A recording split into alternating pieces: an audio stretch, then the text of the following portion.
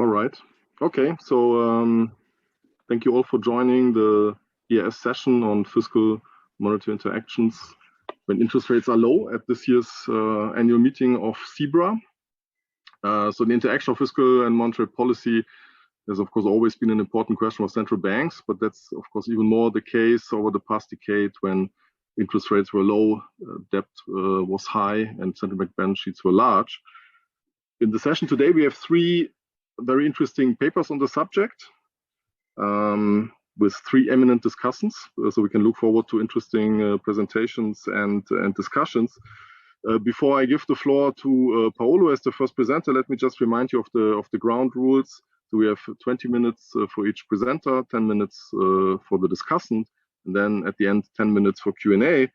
If there are questions or comments, you can send them through the chat, or you can raise your hand so that I can then call you up in the Q&A at the end of each presentation. With that, let me give the floor to Paolo. So you have 20 minutes. Thank you.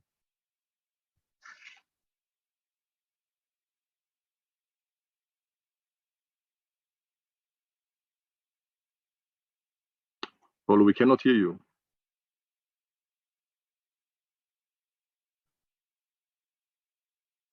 Can you hear me now? Yes. Sorry, it muted itself. Okay. Okay. All right. Thank you for being here. This is a joint work with Enrique and Carlos, who are at the BIS, and Nikola, who is at the Swiss National Bank. Usual disclaimer applies. These are our own ideas, and the BIS or the SNB have nothing to do with this. Okay, so where do we start? So we all know that the fiscal support during the pandemic has prevented a worse recession, but it also left countries with levels of government debt unprecedentedly high. And this is true both for advanced economies and emerging economies. Plus, while prices fell in 2020, in the last few months, inflationary pressures have started to arise globally. And why advanced economies are looking through these price spikes, emerging economy central banks have started to raise rates in an attempt to keep inflation close to their target. And I'm thinking of Brazil, Mexico, and Russia, and a few others have also signaled that they will increase rates soon. Now, a key channel through which monetary policy affects inflation goes through the exchange rate. An increase in the policy rate in our standard model, in a conventional open economy model, an increase in the interest rate tend to appreciate the exchange rate, which in turn reduces inflation both directly by reducing import prices and indirectly by weakening export demand. So to understand if EMEs will be able to fight the inflationary pressures that are coming down the road, one must ask himself, how does the exchange rate respond to monetary policy? And this is the question that we are trying to tackle in this paper. Now, the empirical evidence for advanced economies seems to confirm the prediction of our canonical model. An increase in the policy rate tends to lead to an appreciation. For EMEs, however, things are more complicated. The evidence seems to suggest that either monetary policy has no effect on the exchange rate, or the relationship has the opposite sign. An increase in the interest rate actually tends to depreciate the exchange rate. Now, the literature has mostly focused on the unconditional response of the exchange rate. Here in this paper, we are going to stress its contingent behavior. In particularly, we are going to argue that the response of the exchange rate to domestic monetary policy depends crucially on the fiscal regime. In particular, it depends on whether the government can credibly commit to raise a stream of taxes whose present discounted value is equal to the value of outstanding debt or not. If it does, then we are going to say that the fiscal regime is Ricardian. we are just borrowing we're just going to follow the nomenclature set forth by Sargent in the 80s. Well, if it doesn't, we're going to say that that the fiscal regime is non-recurring.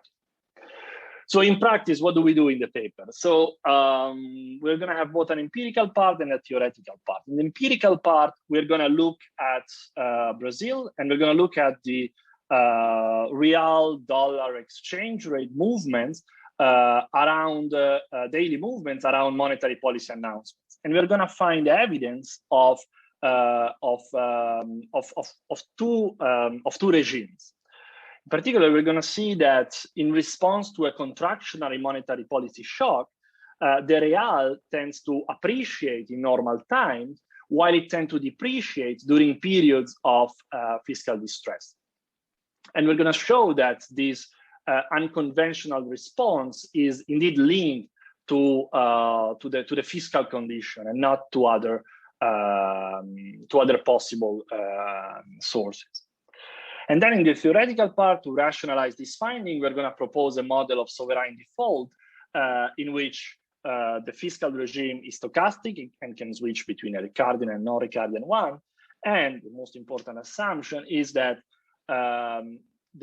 domestic and foreign investors are subject to different recovery rates. In particular, foreign investors expect to be able to recover less than domestic investors in the event of a default or in the event of a debt restructuring. As I will show, this assumption implies that sovereign risk shows up in the uncovered interest parity condition of the model and therefore drives the currency risk premium.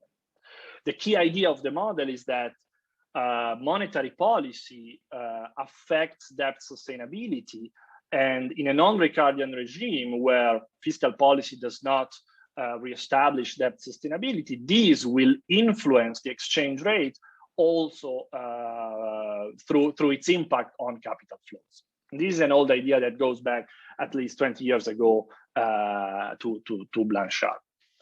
I'm just going to formalize this in a model. Okay, so let's start from the empirical evidence. We chose Brazil as a case study because it's the ideal country to test our hypothesis. It has a flexible exchange rate, an independent central bank, and a history of recurrent fiscal crises. So the first step that we're going to do is we're going to look at the recent fiscal history of Brazil, and we're going to identify periods which we can label as non-Ricardian fiscal regimes, in particular periods of fiscal distress. And we identify two periods. The first one is in 2002, and the second one goes from 2012 to 2015. To make a long story short, the first one is associated with the runoff to the Lula election. You all know Lula was running on an extreme platform. He was arguing for the renegotiation of the external debt. So when the first polls started to show that he was favorite in winning the elections, then markets started to lose confidence in the sustainability of Brazilian debt, as you can see from this spike in the CDS spread on the Brazilian bond. The second event is linked to last for more years, and it's linked to an uncontrolled fiscal expansion in Brazil. As you can see here, the primary deficit from 2012 to 2015 increases constantly, and as well as the interest rate payments. This is also the period in which the fiscal authority was doing all sort of contabilidad creativa to try to hide the actual fiscal figures, and which eventually these practices led to the impeachment of President Rousseff. As you can see, this second episode is associated with this spike in the CDS spread. Here on the right, you can see we isolate like a Brazil-specific component of the CDS spread just to show that, just to isolate extract the fluctuations that are due to external condition. And as you can see that during this period, indeed, the CDS spread, the Brazilian specific component of the CDS spread is constantly increasing. Okay, so we identify these two periods, and then we have to identify our monetary policy shock. We are going to identify them as the difference between the announced Selic rate minus the expected Selic rate the day before the announcement, and we are going to obtain the expectation using the Central Bank of Brazil survey among professional forecasters. In total, in our sample that goes from November 2001 to December 2017, we have 147 decisions, evenly split between hike, cuts, and no changes. Here on the right, you can see the scatter plot between the daily change in the exchange rate and the associated monetary policy shock. Okay, and then we're just going to run a bunch of regressions. We're going to start with the unconditional regression, in which we regress the daily change in the exchange rate around the day of the monetary policy announcement on the shock. And you see that once we run the regression on the whole sample, we basically replicate the same result that we see in the literature. The coefficient is slightly positive, but totally insignificant. And this is true even if we had controls to the regression. Now, things changes once we allow the coefficient to change between normal times and the periods of fiscal distress that we identified before. Now, here you can see that the slope coefficient, the coefficient on the monetary policy shock, changes sign in the two periods. During normal time, the sign is negative, which means that consistent with our standard model, an increase in the interest rate and an unexpected hike tends to appreciate the exchange rate. While during the periods of fiscal distress, the coefficient is positive, which means that an unexpected increase in the interest rate tend to depreciate the real. And once we throw in the usual controls, then both coefficients are strongly significant. Now, it could be the case that these unconventional behavior of the exchange rate that we observe during periods of fiscal distress is due to other reason, has nothing to do with the fiscal regime. So to test this hypothesis, we take a more agnostic approach, and we say, well, let's just run a Markov switching regression in which we assume that the coefficient is allowed to change, but according to an observable state, which evolves according to a Markov chain. So this regression not only estimates the coefficient in the two states, in the two regimes that the underlying state can be in, but also the probability of being in one regime or the other. So as you can see here, the estimate shows that in the two regimes identified by the model, indeed the coefficients have an opposite sign. It's negative in state 1 and it's positive in state 2, consistent with our previous regression. But the question is, what is the state 2 related to? So here we plot on the left-hand side, you can see we plot the probability of being in state 2, where the covariance between the exchange rate and the monetary policy shock is positive. And as you can see that the probability of being in that state actually lines up very well with the periods of non-Ricardian fiscal regime, the periods of fiscal distress that we identified through our narrative approach. So these just to provide evidence that during periods of fiscal distress, the covariance between the exchange rate and monetary policy shocks changes, but that this change seems to be indeed linked to the fiscal situation, to the fiscal condition. Now, in the paper, we also do it with fiscal policy shock, but I don't have time in this, so we're going to focus on monetary policy shock. So then we develop a model to try to rationalize this finding, just to give you a sense of what are the key ingredients of the model. This is a canonical small open economy new Keynesian model. We're just going to develop it in continuous time, and we're going to log linearize just to obtain closed form solution. Now, the key ingredients are the following. We're going to have a central bank that is fully committed to stabilize inflation. So monetary policy is going to be always active, to use the terminology of Lippert in this model. We will also have a fiscal authorities that follows a simple fiscal rules in which taxes are proportional to debt. But the coefficient of proportionality can switch between two regimes, can be either high or low. When it's high, we are in a Ricardian regime because an increase in debt is matched by an increase in taxes, which will tend to stabilize the dynamics of debt. On the other hand, when this coefficient is low, think of it as being zero, then taxes are unresponsive to debt, which means that an increase in debt puts debt on an explosive path. Okay, and this is going to be the source. Stochastic shift in this coefficient will be the source of the shift between a Ricardian and a non-Ricardian regime. Okay, and then we have a sovereign bond, and then we have like the whole default part. So here we're going to assume that the government issue a short-term bond, which is denominated in domestic currency. In the paper, we also have foreign currency. We show that nothing changes. We have complete financial market integration. So these bonds can be held by home and foreign investors alike. They are not subject to any restriction in their holding of these bonds. And we're going to assume that the government can default, okay?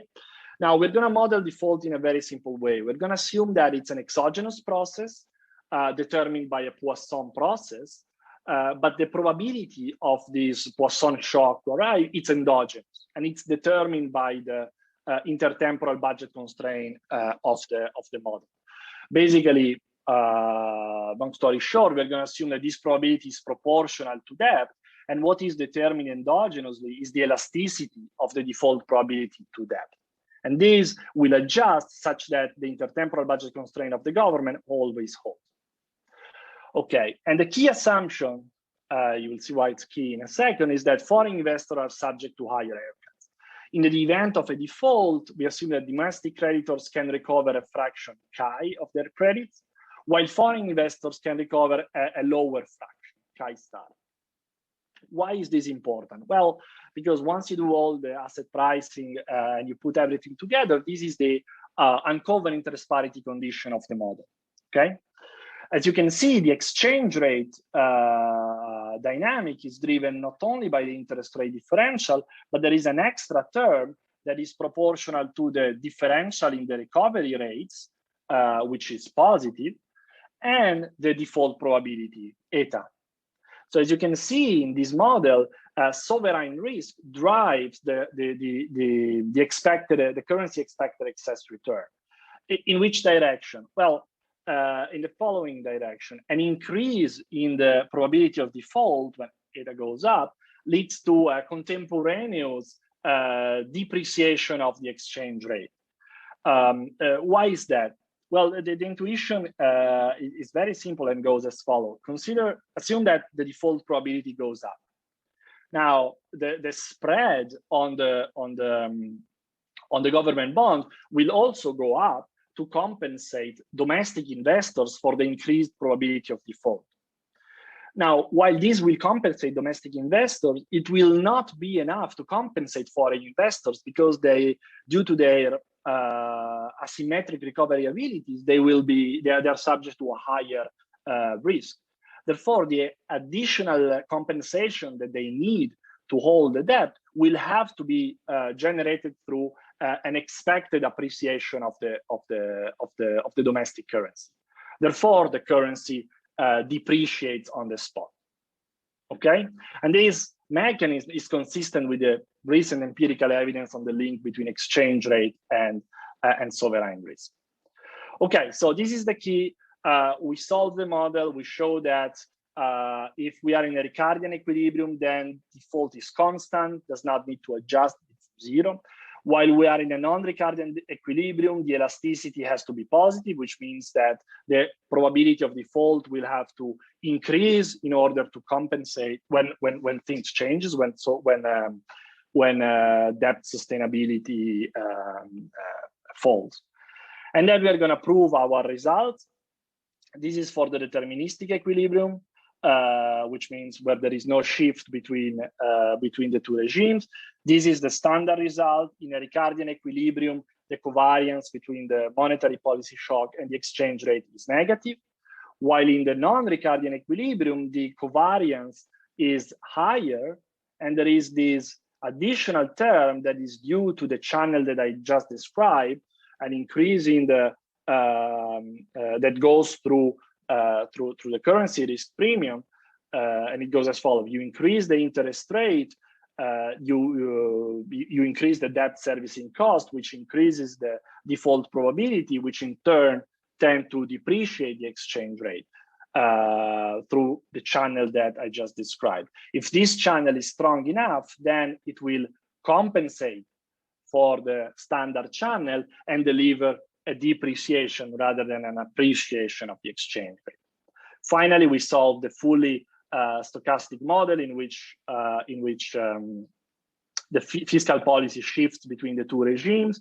We derive the endogenous elasticity of default to debt, and then we prove again our results that, and we show that it holds also in the fully Markov switching model.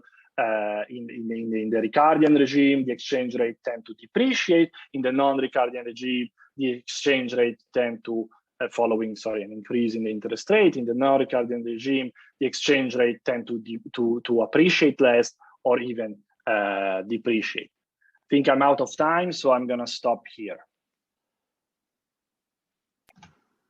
Thanks a lot, Paolo. The discussant is Jesper Lindé from the IMF. So Jesper, you have 10 minutes.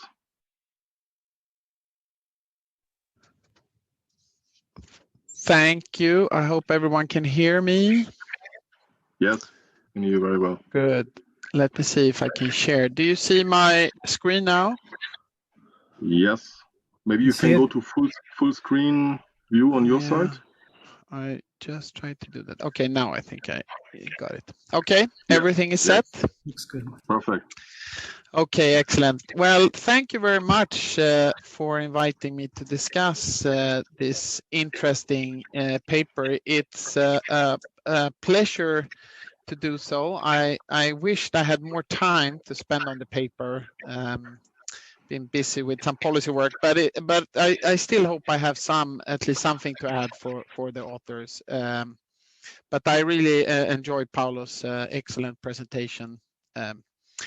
So let me just summarize what I got, like the main findings there. So the argument here is that the effects of monetary and fiscal policies on the exchange rate depends on the fiscal regime.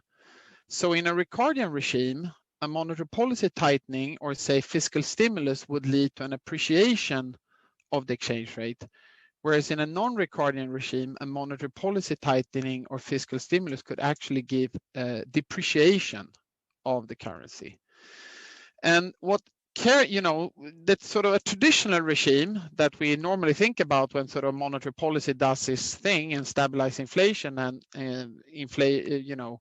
the treasury takes care of that. That is traditional Ricardian regime. What characterizes the non-Ricardian regime is that fiscal policy doesn't back its debt and default is possible. And Paolo went through a model where that can happen, and you can sort of rationalize its empirical findings. So they find, and they study empirically this relevance of this non-Ricardian regime for Brazil, and they find evidence for it in 2 episodes in which the outlook for fiscal sustainability deteriorated, as Paolo explained.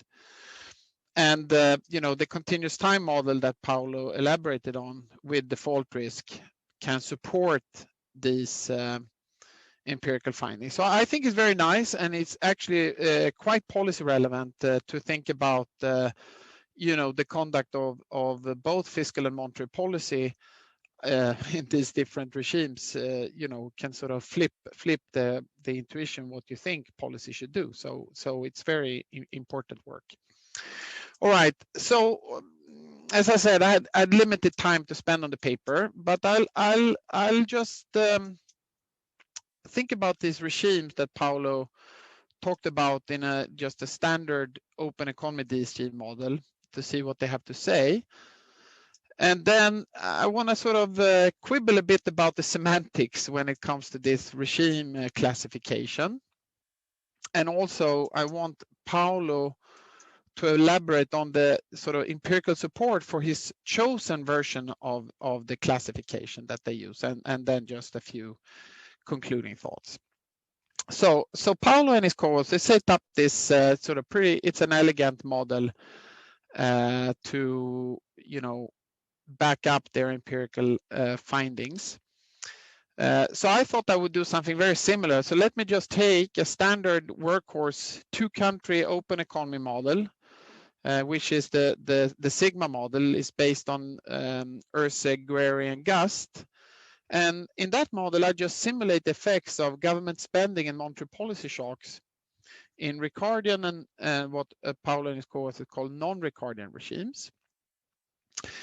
And the Ricardian regime here is the blue dash line, and the non-Ricardian regime is the red dotted here. And with Ricardian, I mean the active monetary and passive fiscal regime. So this model doesn't contain debt, but it's either monetary policy that stabilizes inflation, that's the Ricardian regime, or we are in the fiscal dominance regime, where the non-Ricardian regime, where it's actually fiscal policy that determines inflation, stabilize inflation. And the findings here are completely in line with the paper. So you see from the first panel, the first two upper panels look at the government spending shocks. And there you see for the real exchange rate, it shows both. In the left, it shows the real exchange rate. In the right column, we show the nominal exchange rate. Then you can look at either of them. You can look in the left, and we see the real exchange rate for government spending shock. For a Ricardian regime, the traditional regime, higher government spending, fiscal stimulus would appreciate the exchange rate here, meaning a lower value of the exchange rate. So minus, you get an appreciation, not a big appreciation, but some appreciation, like Paolo explained. And then you got to see in this non-Ricardian regime, where actually you have active fiscal, you flip that and you actually have a pretty sizable depreciation when you do fiscal stimulus. And the same holds for the nominal exchange rate.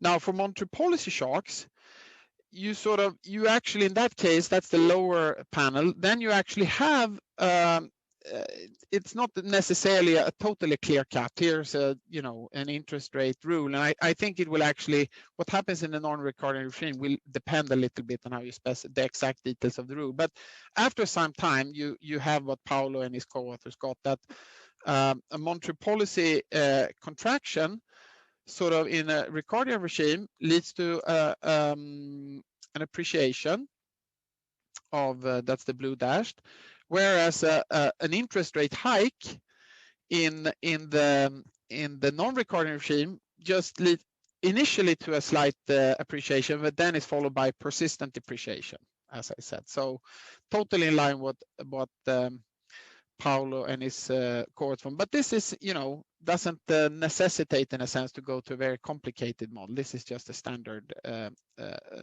New Keynesian open economy model. Now, what I think is interesting, so you can look, of course, look at more variables. And here is, I think I'll encourage Paolo and his co-authors to look at. Would be nice to know for the Brazilian case. Can you show us some more variables, do some regressions for some more variables? So I look at here government debt and inflation, and you see very different effects on government debt and inflation. So for instance, for government spending shock, you see in a traditional Ricardian regime, you would basically have a debt deterioration when you do fiscal stimulus. The debt to GDP ratio deteriorates and increases, whereas actually in the non-recording regime, you do fiscal stimulus, it actually leads here to a decline in debt, government debt to GDP, partly because you get much more stimulus, output goes up much more, and inflation also rises much more, as you can see from the right panel here. So you have in that regime, you have very different debt to GDP dynamics in play. And the same is sort of true also for monetary policy. There, I think an interesting variable to look at where you can see a difference is inflation. In a traditional regime, you have for monetary policy tightening, inflation should fall normally, which I think most empirical work supports, although we might sort of quibble about the price puzzle initially. But in the non-recording regime, you see a very persistent rise in inflation, basically the Fisher effect in full play, right? That's sort of like the Cochrane result. So I was just, I thought it was interesting to look at this, and I would, I was thinking that for Paolo and his co, it could be nice possibly to look at some more variables. Now, this is of course based on the idea that I sort of use this, in a sense, Leeper-Sims definition of these two regimes. Now, you label the traditional regime Ricardian and the fiscal dominance regime non-Ricardian. When I read this, Paolo, to be honest, I thought it was a bit confusing to me, this classification. I understand, it's a long tradition to do this, but, just to be clear, of course, Ricardian equivalence does not need to hold in the Ricardian regime, right? It's so that was my source of confusion. So I was thinking that the Leeper-Sims classification of active monetary and passive fiscal, and sort of maybe think about the traditional regime and a fiscal dominance regime was more sort of easier to describe it. But then, of course, you had a key argument that in favor of your classification, because the CDS spreads you're showing a time varying over time, so they show clear variations in default risk. So, and that would suggest that, I think, and you noted, I think, on page 29 in the paper that actually, if it's just say the Leeper-Sims mechanism at work, this default probability should just be constant, right? It should not vary. It's just so it's more this default mechanism at work. But here I was just wondering, I mean, you can correct me. So in a sense, inflating away debt, it's also, at least if it's domestically denominated debt, that sort of, in a sense, seems to me like it's almost a default in some sense. I just wanted to make sure that the CDS spreads you show are real, or if they are, if they're sort of nominal spreads, then it seems like they are, they could sort of implicitly possibly capture some inflation risk. But I would just be interested to hear what you had to say about this issue. I thought otherwise it would be sort of interesting to sort of look at the implications for debt and inflation if they differ between sort of just this very simple basic, say, Leeper-Sims variant, just a simple active fiscal passive monetary way of thinking of things versus your classification in your model with default, if there are any differences between inflation and debt dynamics. And if so, you could sort of use your model to argue, by studying some additional variables in empirical analysis, provide evidence in favor of your, classification and mechanism. So I thought that would be an interesting exercise. So, just a few concluding thoughts. Very interesting paper. Perhaps think more about the classification of the two regimes and study implications for more variables in the two regimes. And I think the interesting part here for us that sort of think about policy options for countries like Brazil, this is really important work because, as Paolo and his authors show, possibly if sort of the impulses are flipped, you should perhaps do very different things than you think, based on just a traditional being in the Ricardian regime. So pleasure to read. Thank you very much. I'll stop here. Thanks a lot, Jesper. So Paolo, you want to take 1 or 2 minutes to reply to Jesper's comments? Yeah, thank you very much, Jesper. This is extremely helpful. Indeed, it's actually going into the direction that we need to take, because we are looking at. So if I may summarize what you just said, is you look at a situation in which for you the non-Ricardian regime is a situation in which monetary policy is active and fiscal policy is active as well, while typically we study situation in which when fiscal policy is active, monetary policy turns passive. So what happens there? What implications do you have for the exchange rate? So we did it, but it turns out that we did it too quickly, and we said, well, you know, the implications for the exchange rate are the same, so you cannot tell them apart unless you look at the CDS. But then you're right that you know, other things could be in place there, so there could be inflation risk, etc., etc., etc. But if we look at the equations more carefully, and doing it in these days, it turns out that when monetary policy turns passive and fiscal policy is active, then actually the response of the exchange rate can actually be the conventional one. Actually, can be stronger than the conventional one, according at least to the equation. I mean, you are showing a calibrated model, so it's a different. We are making more like a theoretical argument, and this depends on how much passive monetary policy becomes. That is, how much below 1 are you going? How much is your Taylor coefficient is going below 1? If we assume, this is interesting, that you go an epsilon below 1, so you become negligibly passive, but still passive, then the response of the exchange rate is actually the conventional one. It actually has the conventional sign, just amplified. Okay, so if you tighten, the exchange rate will appreciate, but by more than in the Ricardian regime. So it has actually the opposite implication for the exchange. It cannot explain, if you make the assumption, it cannot explain the unconventional response of the exchange rate that we find in the data. Of course, it depends on how much passive do you become, and that's again an empirical question. I don't know what you assume in your exercise that you run. I would actually, if you can actually send it to me, I would be really interested in seeing how it works. Thanks. Boris, I think there was also a question in the chat. Can I also answer that? Yeah, so just let me remind all the attendees, so if you have a question or want to make a comment, please send it through the chat or raise your hand. So, Paolo. So I think Flora is asking if the shocks are systematically different in the periods that we identified as normal and fiscal distress. They are not. We look at some summary statistics. There is only one difference, is that there is one huge shock. It's like 3% shock during the first period of fiscal distress. We run our regression also eliminating this shock, because you can think of it as an outlier. It's not an outlier. It was actually an attempt by the central bank to fight the depreciation. It was a totally unexpected 3% hike, which was completely short.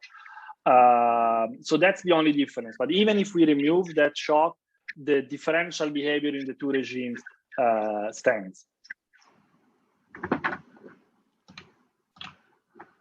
Okay, thanks, Paolo. Let me see. I don't see any other raised hands. Or I think Anna has a raised hand. Anna? Okay, Anna, please go ahead. Sorry. Thank you. Super interesting paper. I was curious to know whether you thought about asymmetries, because you're looking at a monetary contraction and your mechanism works through default. So I was thinking whether instead you look at loosening in monetary policy, whether you would still find the two regimes like a different behavior in the exchange rate. Right. So yeah. No, then So I had another little question, but that's more like a technical thing. I was curious to know how you solve the model when you have both monetary and fiscal policy being active, but that's more like. Okay, so on your first question, yes, we run some regression. So first of all, our regression, we look at both like positive and negative shock. Then we try to use dummy variable to focus only on positive shocks and negative shock. Of course, but I think this is consistent with our mechanism. All the result in the non-Ricardian regime is driven by unexpected hike. Positive shock, right? And this is consistent because those are the shock that increase the debt servicing cost and therefore decrease debt sustainability. But the coefficient turned out to be insignificant because at that point we are really splicing our sample into two regimes, and within each regime two signs. So we don't have enough data points to do that properly. The solution when both are active, it goes through default. It's default that it's actually not default. The default probability, the eta that I showed you, that adjusts to make the intertemporal budget constraint of the government hold and ensure that the model is stable and does not explode. In a conventional model, of course, you cannot solve. Monetary policy will have, by brute force, turn passive if you want to be able to solve the model. So it's something we haven't found in the literature. It's something new. Uribe, in his sovereign default, fiscal theory of sovereign default, has a similar mechanism, but for him, when this happens, default occurs immediately. So it's the value of the government debt outstanding that suddenly shrinks. For us, it's the path of the probability of default that adjusts to make the intertemporal budget constraint hold. Hope that is answering the question. Yeah. Thank you. Cool. All right. Thanks a lot, Paolo. I think we have to move to the second paper now. The second presenter is Guillaume Plantin from Sciences Po. So, Guillaume, the floor is yours. You have 20 minutes. Hi, thanks.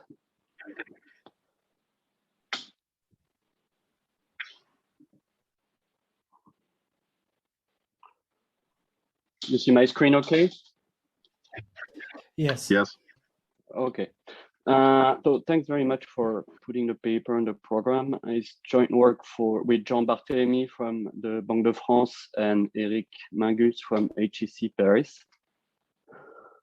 So I'll start with the same starting point as the previous paper. There's been unprecedented issuance of public liabilities, both government debt and central bank liabilities since 2008. And some observers are worried that this might threaten central banks' ability to fulfill the price stability part of their mandates. And of course, the broad, well-known theoretical underpinning of this worry is the unpleasant materialist arithmetic by Sargent and Wallace, as everybody in this audience knows. If the fiscal authority can commit to a path of fiscal expansion forever, and if the central bank cares about sovereign default, then the central bank will be forced to generate extra income, which can be seniorage income, which can be inflationary. And more generally, this issuance, this unprecedented rise in public liabilities has renewed interest in fiscal and monetary interactions, as this session showcases it. And the way we contribute to this paper in this literature is by going fully game theoretic and writing a dynamic strategic model of the interactions between a fiscal authority, a monetary authority with conflicting objectives, and also with investors in government bonds and reserves. So, as you know, Neil Wallace calls this interaction a game of chicken, and basically we try to write down game of chicken between this authority. So the model is as simple ingredients. There are three types of players. The monetary authority, whose objective is to control the price level. It could be inflation, it will not make much difference for our main insights. And the monetary authority controls its balance sheet. So it issues reserves that are the unit of account of the economy. It's a cashless economy. Reserves are a perfect substitute to bonds, actually, as we'll see. And it decides on the nominal interest rate on reserves and can use the money it makes from issuing reserves to invest in whatever investments are available or pay dividends to the fiscal authority. The fiscal authority seeks to spend optimally and issues nominal bonds to raise resources and uses the proceeds to spend and to repay all or part of the bonds that are due. And there are savers who are price takers, of course, and they just form optimal portfolio of reserves, government bonds, and private investments. And we're interested in solving the sub-imperfect Nash equilibria resulting from their interactions. What we're particularly interested in is the resulting price level. So our terminology is a little different from Lipper and Sims or that literature. We'll say that there's monetary dominance when M can reach its target, its price level target, and we'll say that there's fiscal dominance when it cannot, when M is forced to set the price level above target in order to ensure sovereign solvency. So the intuition behind our main insight is actually fairly simple, and to at least exposed for us, it seems simple. And the best way to get it is to see that our paper differs from Sergeant Wallace in two ways. In Sergeant Wallace, F, the fiscal authority, is first mover in the sense that at the outset, it can commit to a path of debt and deficits for the entire future, forever. And M is then follower or second mover. It must take this fiscal path as given and must accommodate if he wants to avoid default. In our paper, we don't exogenously assume that either F or M moves first, because both F and M interact repeatedly without commitment. That's sub-imperfection. So which authority imposes its views to the others is actually an endogenous outcome from the primitives of the economy. And the other ingredients that's different from Sergeant Wallace is that in their simple model, there's an infinitely elastic demand for bonds, whereas in our model, there's a point at which the issuance of bonds and reserves of paper by the public sector has a crowding out effect and pushes the real interest rate up.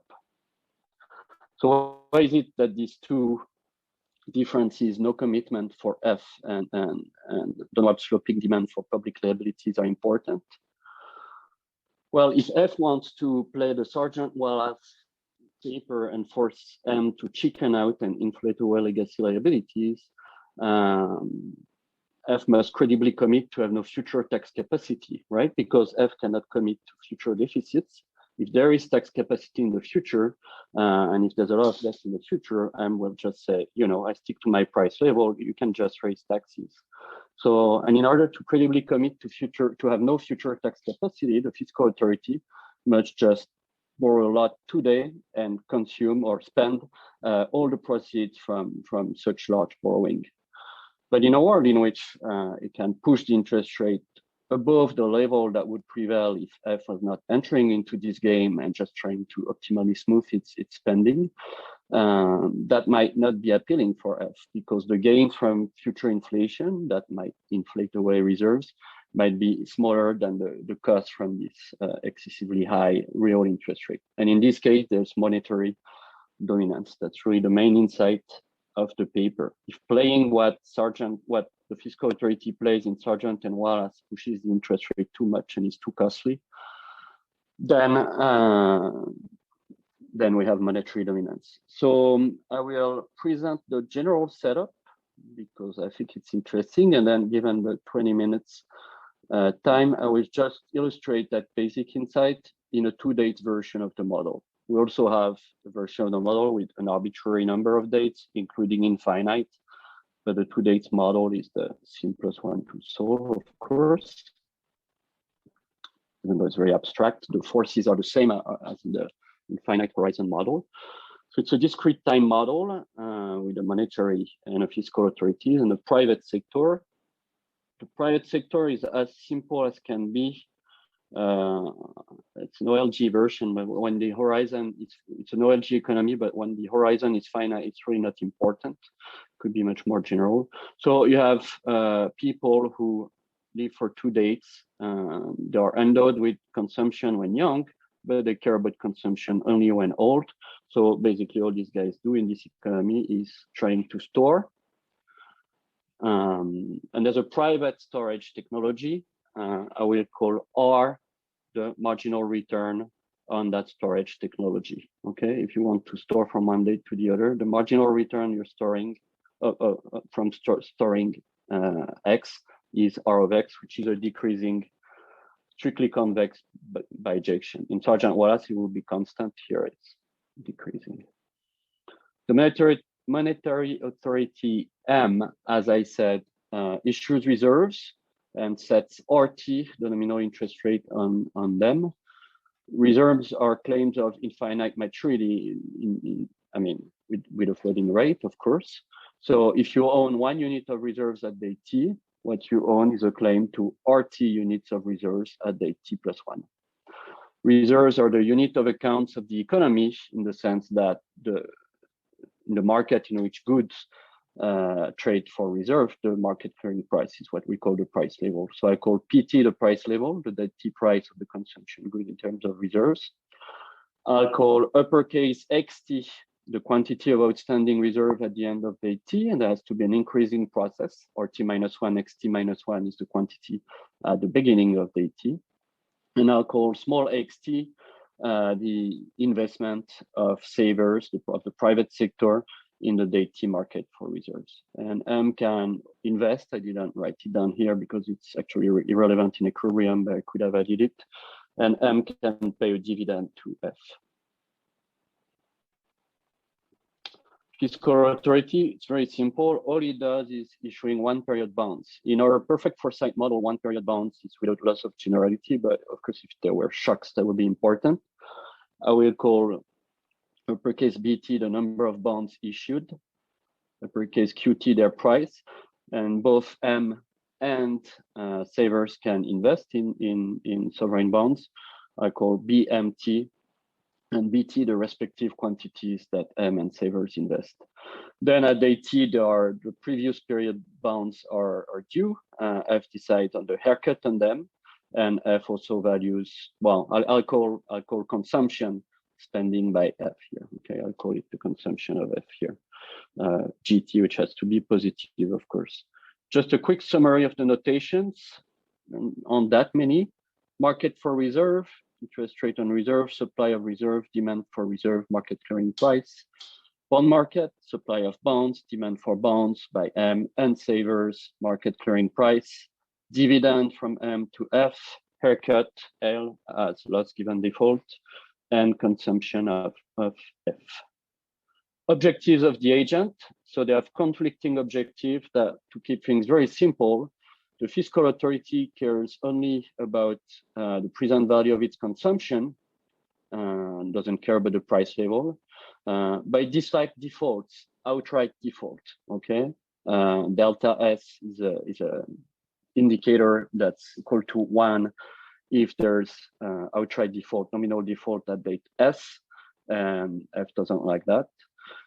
Also dislikes default, that's exogenously assumed, although we can endogenize later on in the paper the coefficient alpha M, and wants the price level to be as close to target as possible. And for brevity only, we'll focus on the case in which F cares a lot about default. And you see that despite that, you don't always have monetary dominance. So let me go a little bit quickly on the generic extensive form of the game at a generic date small t. Basically, there are 3 stages. You need to have the timing in mind. First, the market for reserves opens and closes. Then there's the market for bonds, and then there's the default and consumption decision of the fiscal authority. Okay, so first, so each date is split into 3 stages. Stage 1, market for reserve, supply reserves announces a rate, and savers invest. Stage 2, market for bonds, the public information game. Everything that has happened is observed by everybody. F issues bonds. If it has some money, can invest some of it in the bond market. Young savers can invest all or part of what they have left from the reserve market in the bond market, and the market clears. And stage 3, F selects a haircut and a consumption such that the budget constraint of both the fiscal and the monetary authority hold. Let me speed up a little bit. In the finite horizon version of the model, that's easier to solve, there's a terminal date at which there's an exogenous terminal demand for reserves X bar from unmodeled agents, if you want. And then there's the market for reserve clearing. And F receives an exogenous fiscal income B bar and decides on consumption and haircut, as in the other periods. Our equilibrium concept is, in the spirit of Lundgren and Sargent, it's subgame perfection extended to situations in which you have price-taking agents. So for the big agents, it must be that they act optimally given history and given their beliefs that the future action will be taken according to the equilibrium strategy profiles. And for the price-taking agents, well, their aggregate response, aggregate quantity, and market clearing price must be such that each agent finds it optimally individual given the strategy profile of the big agents and of the market. Standard Lundgren-Sargent view. So let me show you how the intuition I gave you in the introduction shows up in the 2 dates game. Because subgame perfection with a finite horizon is sequential rationality, we can solve for the equilibrium backward. So we're at the terminal date 1 of the 2 dates game. Okay, there were legacy reserves R-1, X-1 at the beginning of date 0.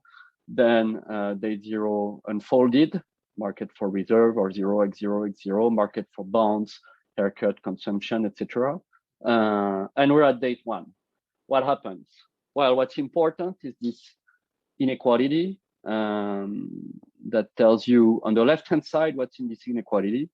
That's the liabilities of the public sector due at date 1 that are in the hands of the private sector at date 1. So you have the debt issued at date 0, net of the debt that was bought back by the monetary authority, and you have the reserves. Okay, and so this public liabilities in the hand of the private sector they have to be smaller than the real value of the resources of the public sector, X bar, demand for reserve, plus B bar, exogenous fiscal resources, times a given price level. If this inequality is satisfied, M sets the price level as the max of these 3 guys. I will comment on each of these guys now, and there's no default.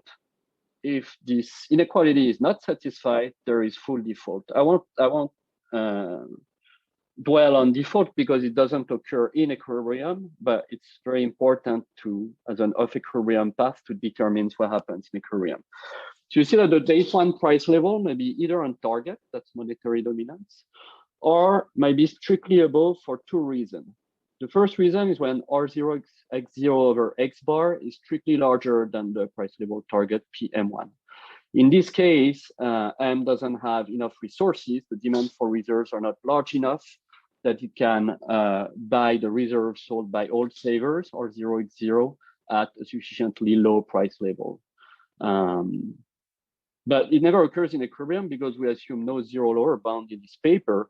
And so no matter what X0 is, you can always choose R0 so that you don't have this problem later on. What's more important is the other case of fiscal dominance in which the price has to be the smallest price level such that the public sector is solvent, that is, it can repay all its public liabilities when the fiscal authority does not consume. Okay, so when the price is equal to that third guy, will set as fiscal dominance and monetary dominance otherwise. So F and M at day 0 anticipate that it's how day 1 are gonna play out. And I keep going backwards. I'll tell you what F does in the day 0 bond market, given what happened in the reserve market.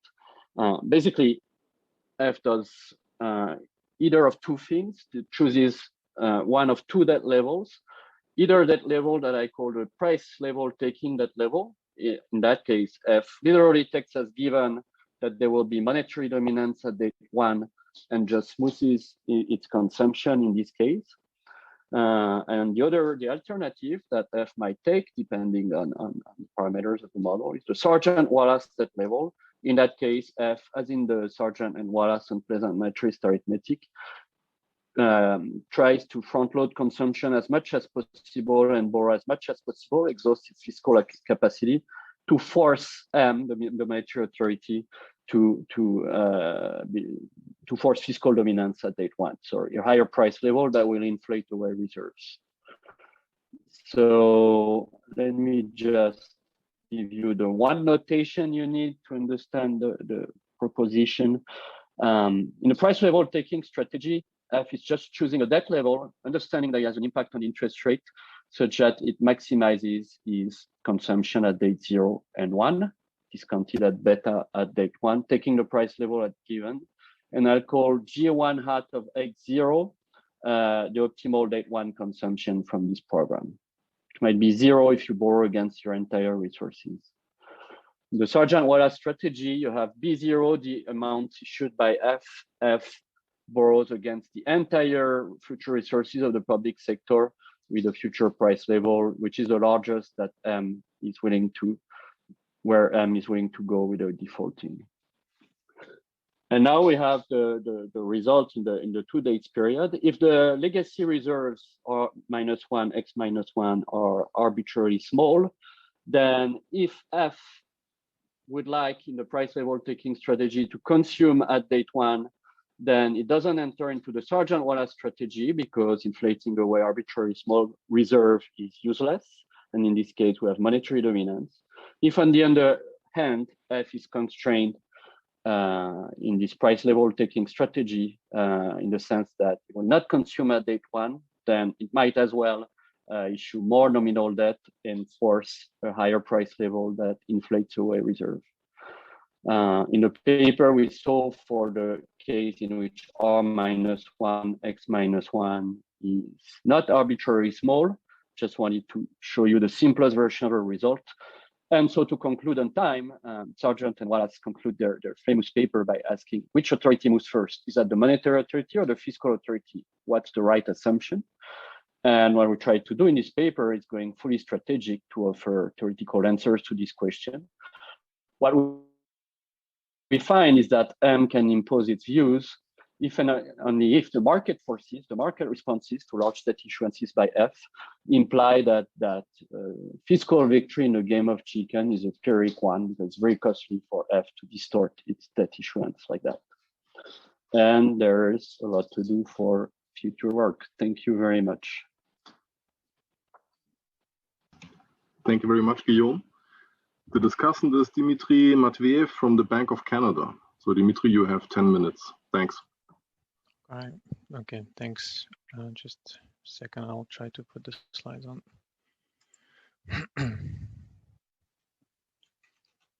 Okay, let me know if you see them.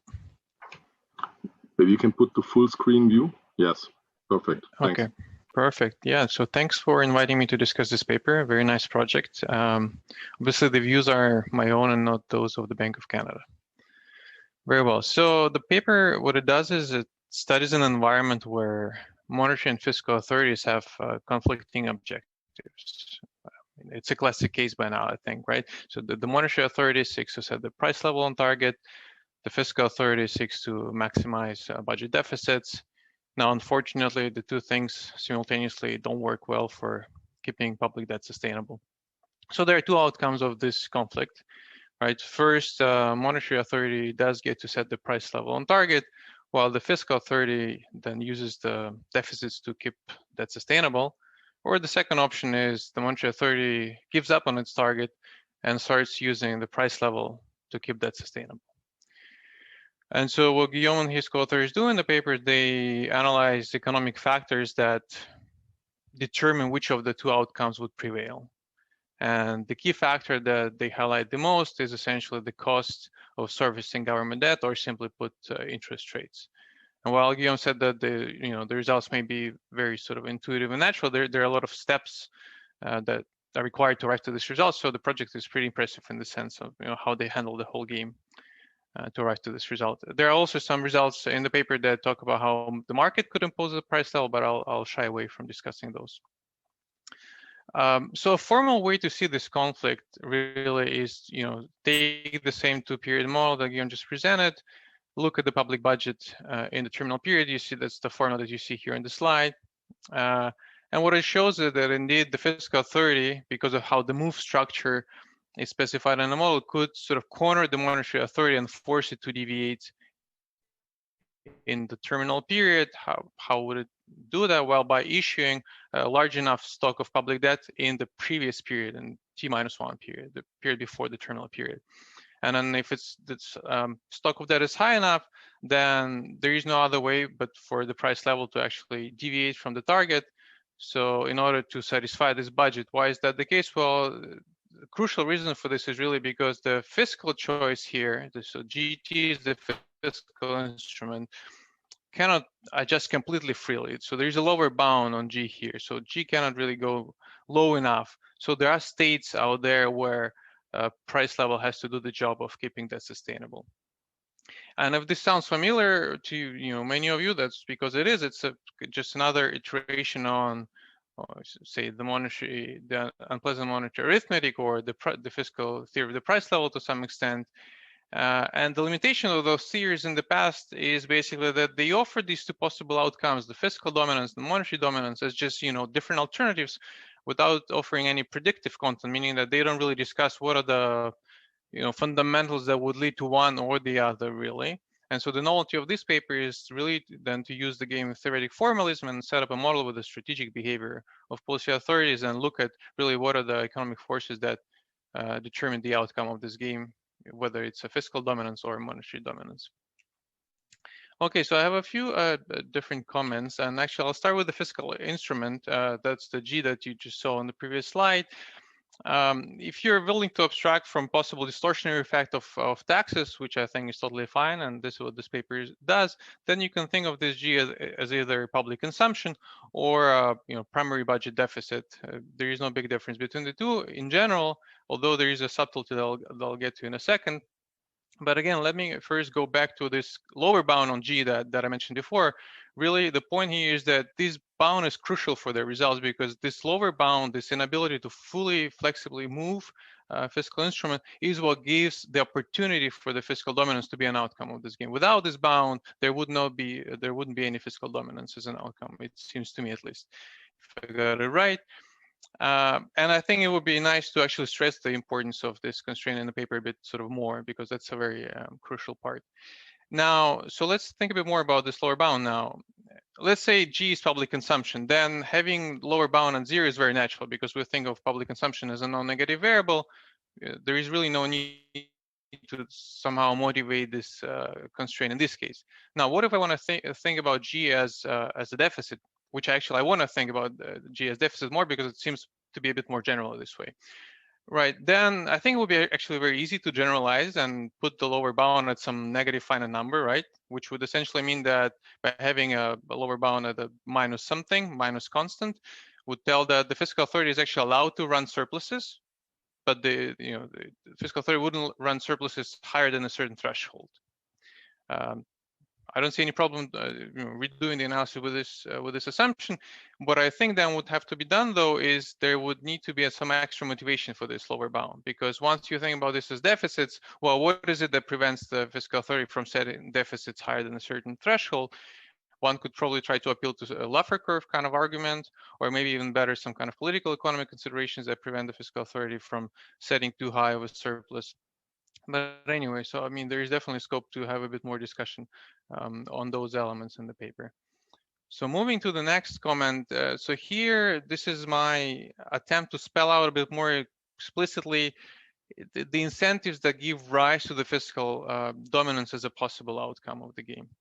And the reason why I want to do this is because, at least now, the way the discussion is structured, it sometimes makes it seem as if the fiscal dominance is a goal in itself, which it's not really the case. Let me try to argue about this.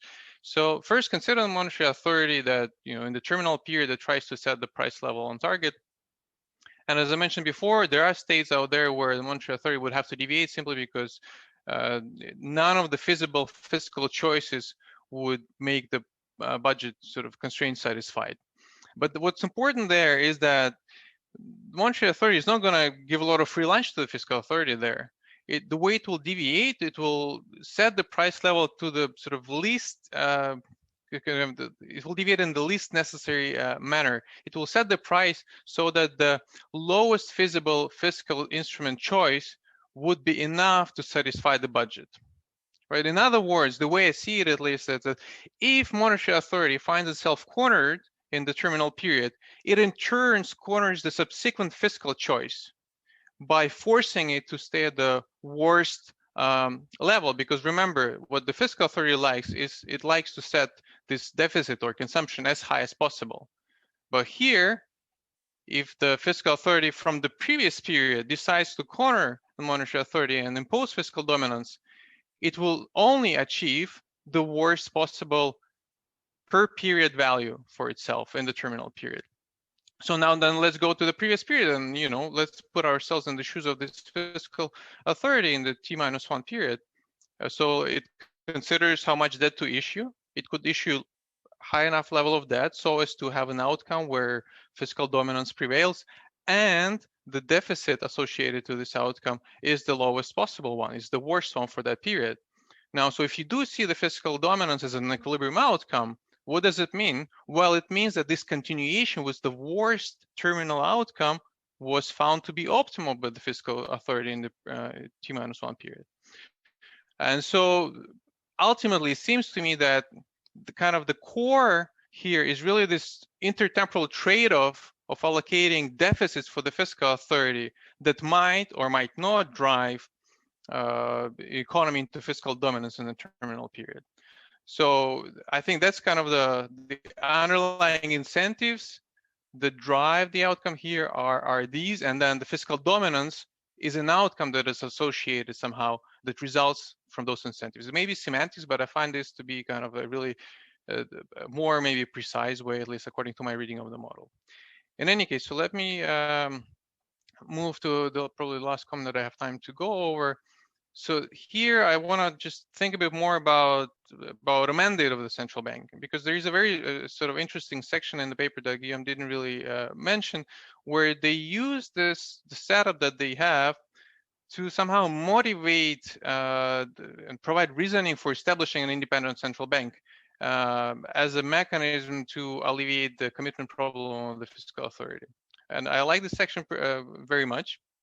And I think there is a scope to even, make it even sort of somehow bigger and more important, and maybe provide more insights there. It could be done in at least two different ways. Let me offer them one by one.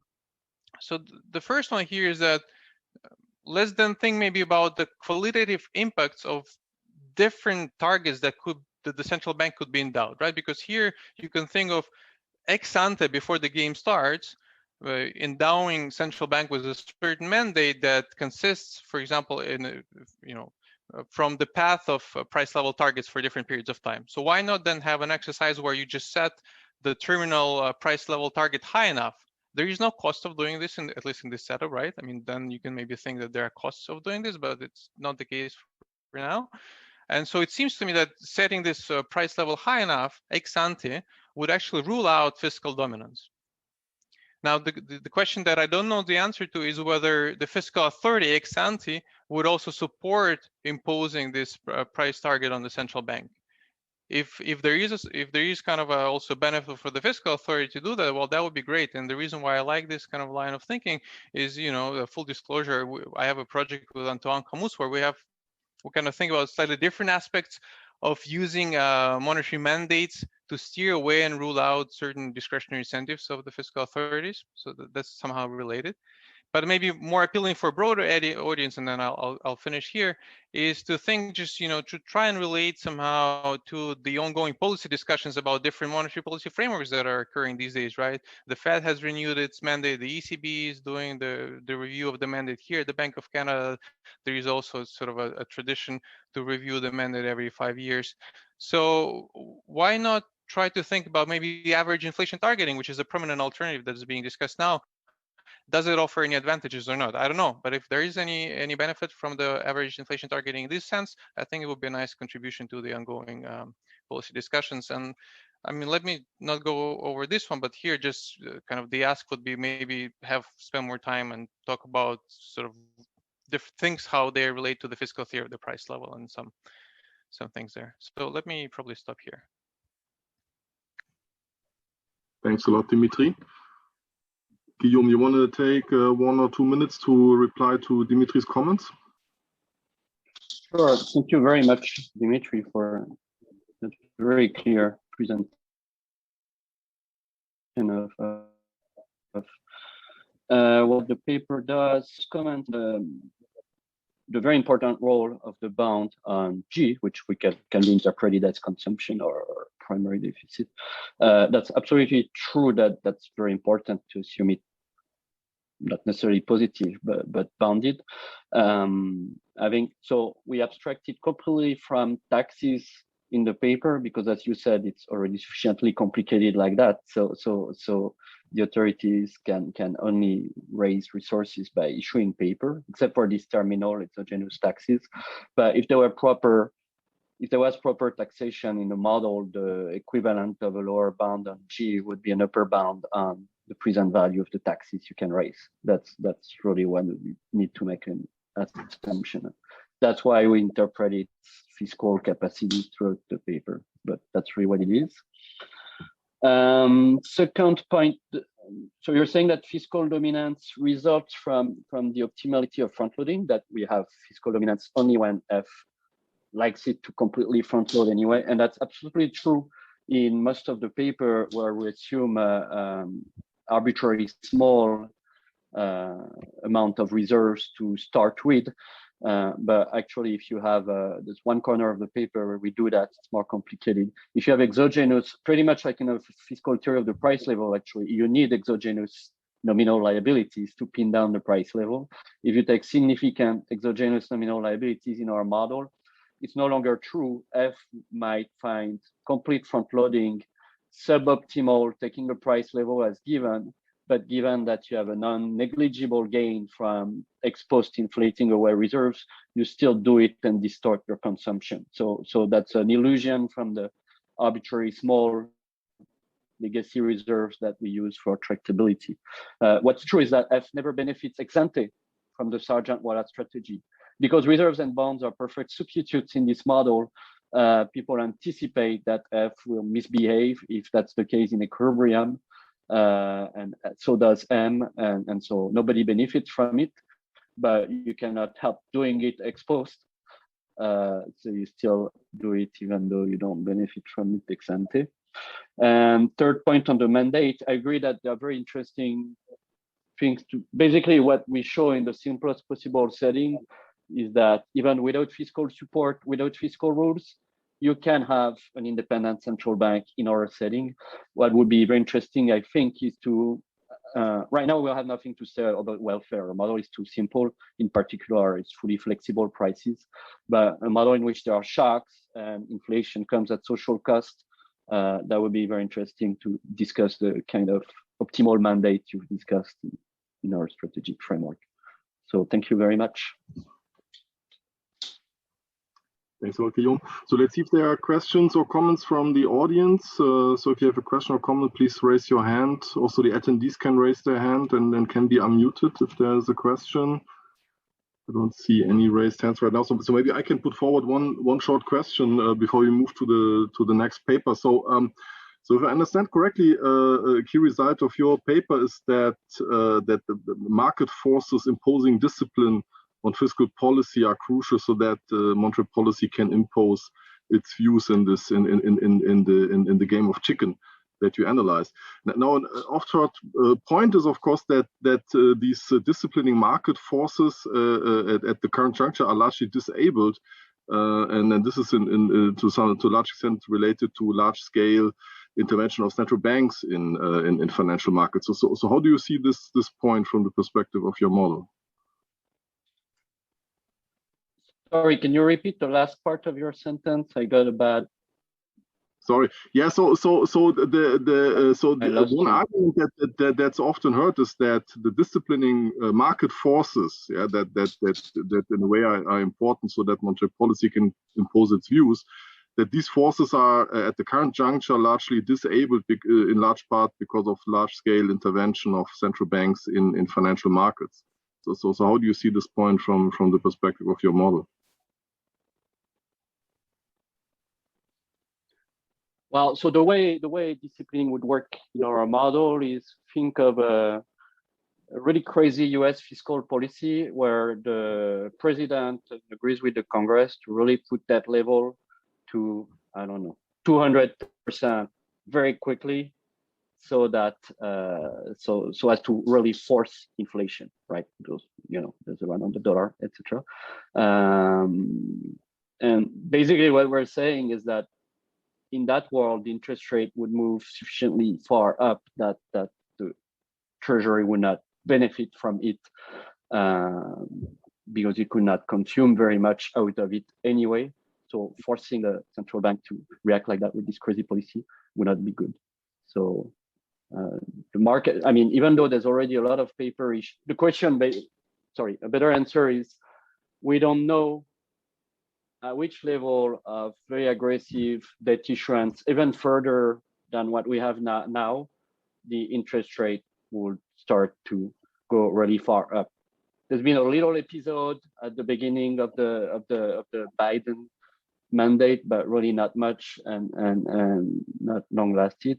But the question is, when would the bond market, really respond to a very aggressive debt issuance and punish, in a sense, the Treasury with that hike in interest rate? Obviously, we haven't tested these levels yet in major economies, and they're probably time varying, but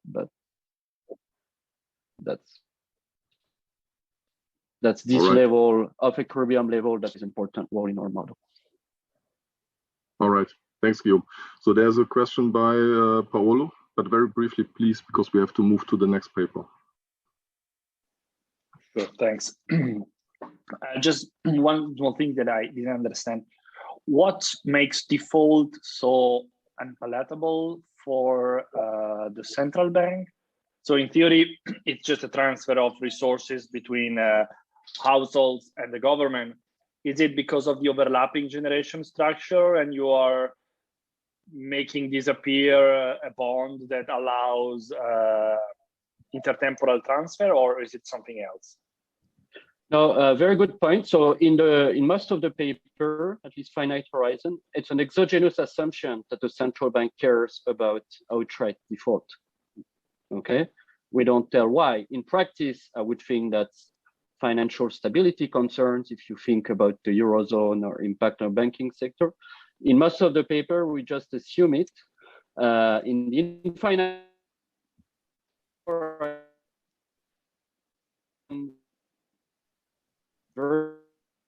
we cannot hear you, Guillaume. We cannot hear you. Paper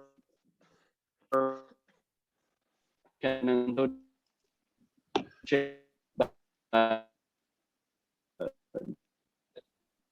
Guillaume, I think your audio is very weak. We cannot hear you. May I suggest to take this question maybe bilaterally? Yes. Now we can hear you, but very briefly, Guillaume, please, just 1 minute because we have to move to the next paper. Sorry. So I'll just write to Paolo. Yes. The answer because connection is really bad. Yes. Okay. Sorry. Thanks, Guillaume. So let's move to the third paper in the session. Next presenter is Anna Rogantini Picco from the Swedish Riksbank. So Anna, the floor is yours. You have 20 minutes. Thanks.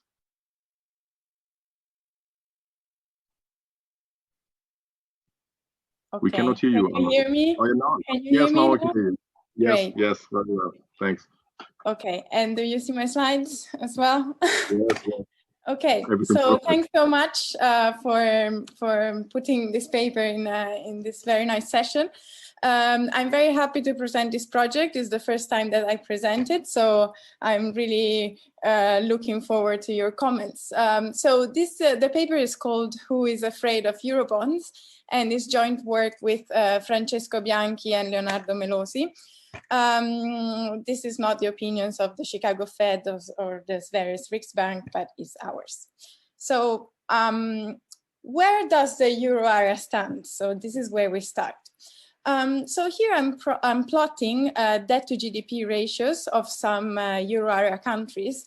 And as we all know, in the last decades, debt to GDP has increased very much.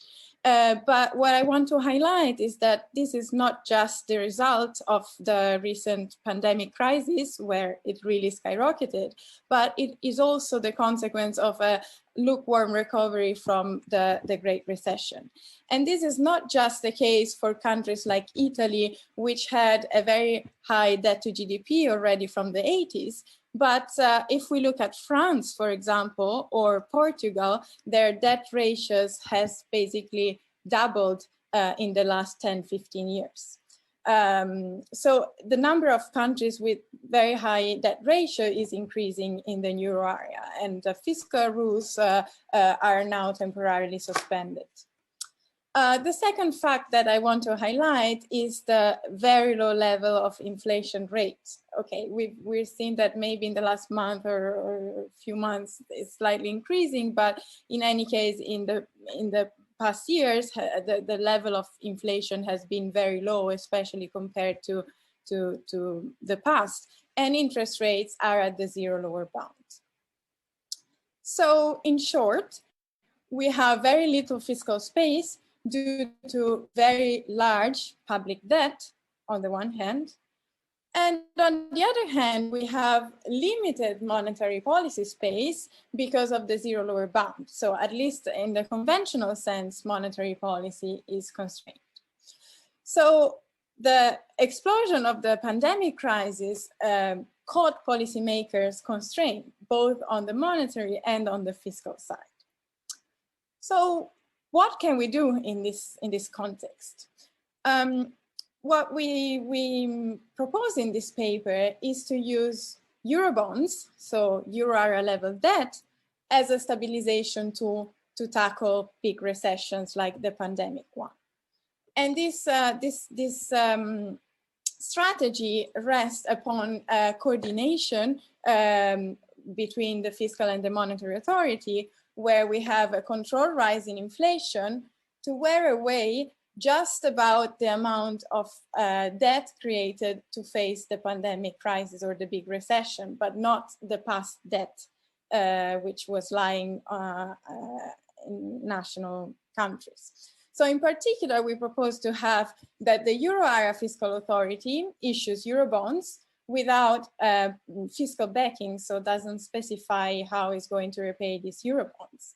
But at the same time, and this is very important for this coordination, the national fiscal authorities, so like the Italian, French, German governments are sticking to fiscal discipline. So they maintain fiscal backing and fiscal discipline. The monetary authority tolerates a temporary increase in the inflation target, so a level of inflation which is slightly higher than the target.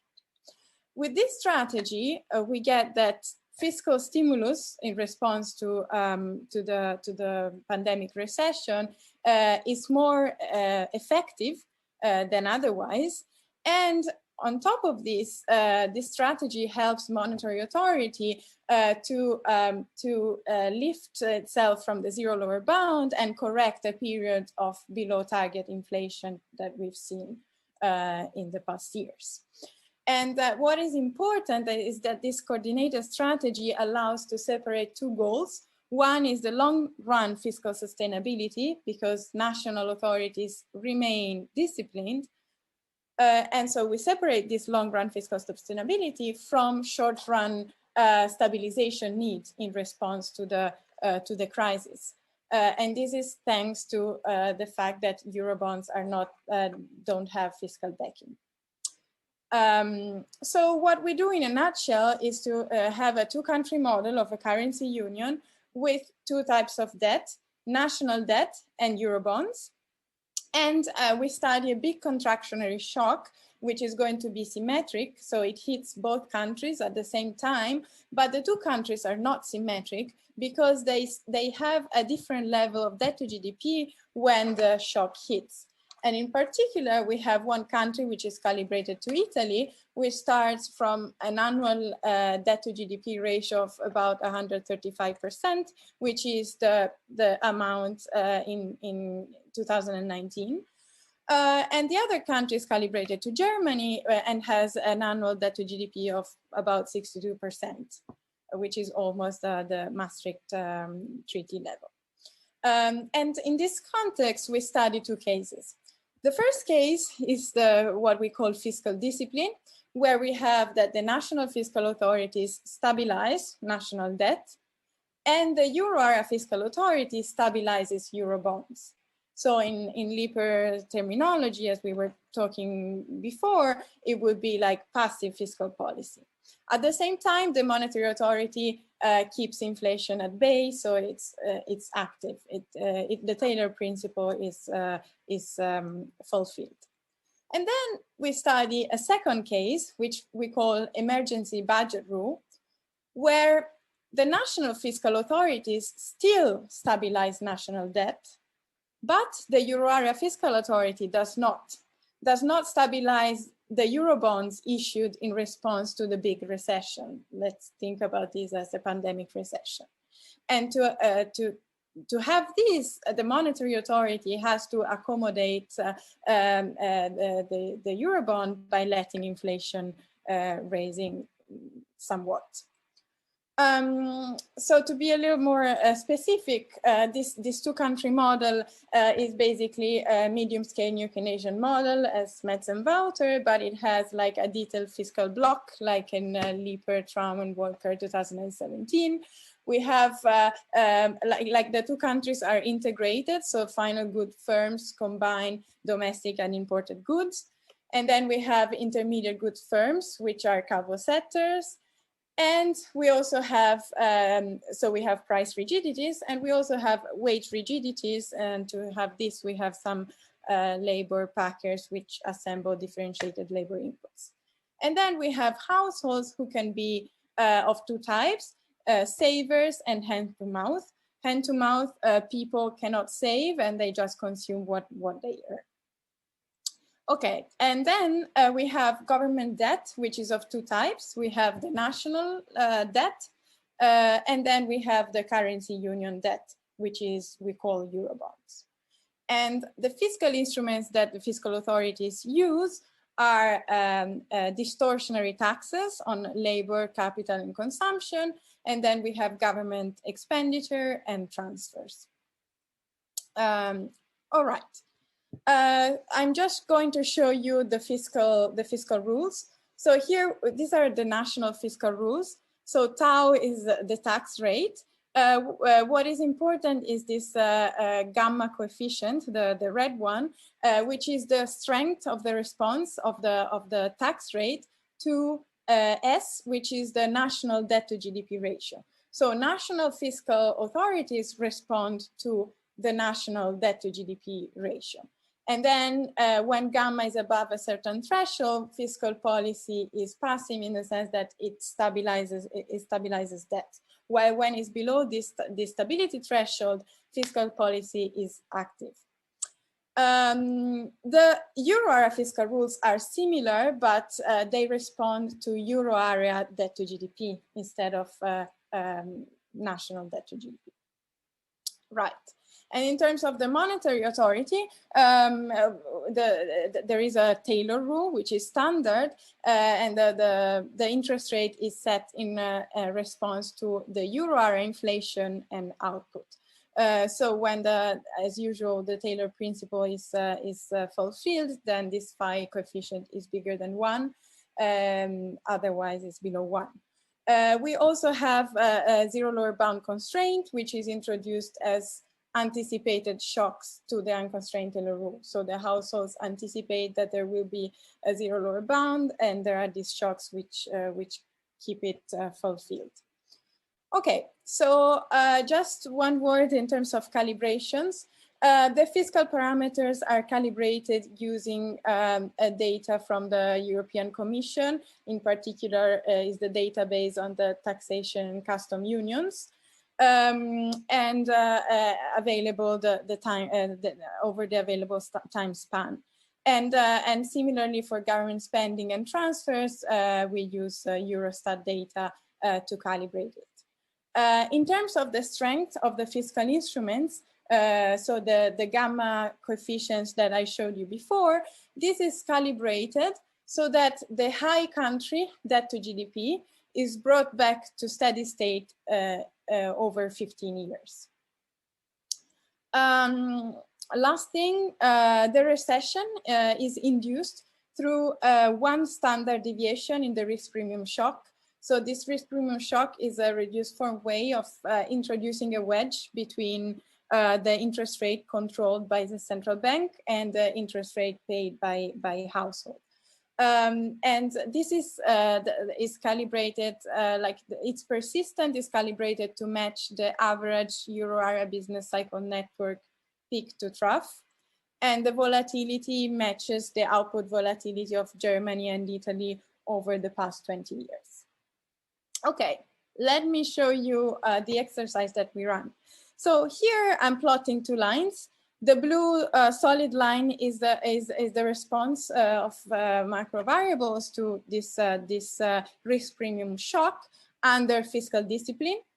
So when the euro area debt is stabilized, while the dashed line is when it is not, so is under the emergency budget, and the monetary authority accommodates. So I want you to observe two things. One is that fiscal discipline in response to the shock is costly for both countries. So on top here, I'm plotting the output, consumption, and investment of the high debt country, and on the bottom of the low debt country. As you can see, the shock is very recessionary for both countries, not just for the high debt country, but of course the high debt country, since it has to stabilize higher debt and debt is taxes are distortionary, this is going to create a bigger drag on the economy. The second observation is that the euro area emergency budget mitigates the recession, and this is not just in the high debt country, but also in the low debt country. And this is because the higher inflation is going to allow the real interest rate to drop, even though there is a zero lower bound constraint, and this is going to stimulate both economies. And remember as well that the two countries are very integrated.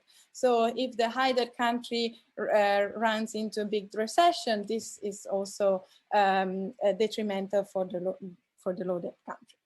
Second thing, here I'm plotting some of the fiscal instruments, in particular the tax rates for the high and the low debt country. And remember that this is instruments of the national fiscal authority. The national fiscal authorities are always passive, so they always stabilize debt. But despite this, under the emergency budget, they need to adjust less than under the fiscal discipline. And this is because under the emergency budget, there is the need of a lower distortion because output drops less, and so debt to GDP is going to increase less compared to the case of the fiscal discipline. And this is what I was saying. So here I'm plotting the debt ratios of the two countries. As you can see, having the emergency budget helps also having a lower level of debt to GDP both in both countries, and this is particularly valuable for the high debt country. Right, and in terms, and here I'm plotting euro area variables. If we look at inflation with the emergency budget, of course, inflation is going to be above target, and this helps lifting or helps having the nominal interest rate not hitting the zero lower bound, which is something valuable in the current context. So there is some increase in inflation, but not crazy, and this also helps the monetary authority not being at the zero lower bound. So what I want to highlight is what happens if we don't have the emergency budget, but we ex ante the countries would stick to fiscal discipline. Well, there is the possibility that that country decides, like, is unable to actually be disciplined and decides not to stabilize the national debt. And then there is a conflict between the high debt country fiscal authority and the monetary authority. So both authorities have active policy. So the fiscal authority is not stabilizing debt, but monetary authority keeps fighting inflation. And this conflict is going to last for 10 periods, and we solve this as a Markov switching model with fiscally led resolution. Right, so let me jump into the picture. So here, in addition to the two lines that we had before, so the fiscal discipline and the emergency budget, I added another line, which is the response under the conflict. So the gray area is the period of conflict between the national fiscal authority of the high debt country and the monetary authority of the currency union. So what you can see here is that when there is a conflict, the debt to GDP in the high debt country explodes. So you have a prolonged period of high debt, which lasts also after the conflict ends, so after 10 periods. And then you have a very high inflationary pressure in the whole area. So the euro area inflation really increases very much. And on top, this outcome is very detrimental, not only for the high debt country, but also for the low debt country, which is still fiscally disciplined, so which is still stabilizing debt. So this is an outcome that we really want to avoid. But in case of ex ante fiscal discipline, it could be that the high debt country decides unilaterally to stop stabilizing national debt. So that's the reason why Eurobonds could be used as a coordination tool towards having a better outcome. So why do we need the Eurobond? This is the last point I want to make in this presentation. Well, I will show you that they are very important when monetary policy is constrained and when the debt is very asymmetric in a currency union. So here I'm starting from a situation when there is no asymmetry across the two countries. So both countries have the same level debt ratio when the shock hits, and the monetary policy is not constrained by the zero lower bound. So here there is a big contraction in both countries, but monetary policy can accommodate and can be used as a stabilization tool.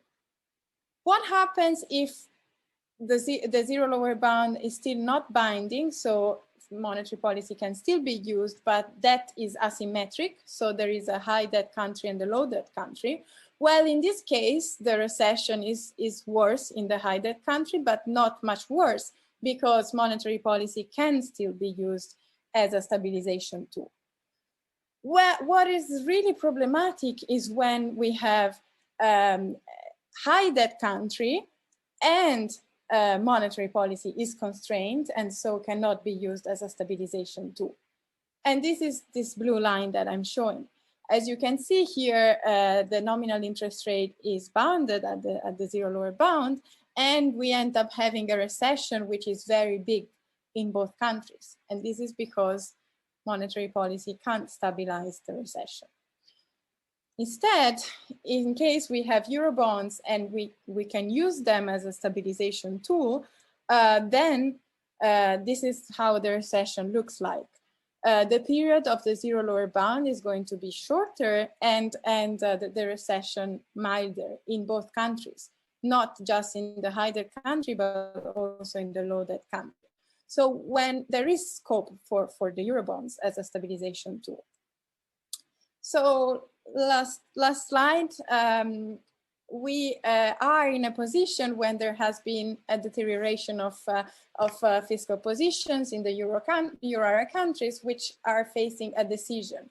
Keep following fiscal discipline regardless of the cause behind their fiscal imbalance, or regardless of whether this has been due to the pandemic or because of some welfare reform that they wanted to do, or try to reform the monetary fiscal framework. We propose an overhaul of the current monetary and fiscal framework, which rests on Eurobonds. Eurobonds provide the euro area with a novel stabilization tool to face euro area level recessions, because they allow to separate the need for short-run stabilization from the issue of long-run fiscal sustainability.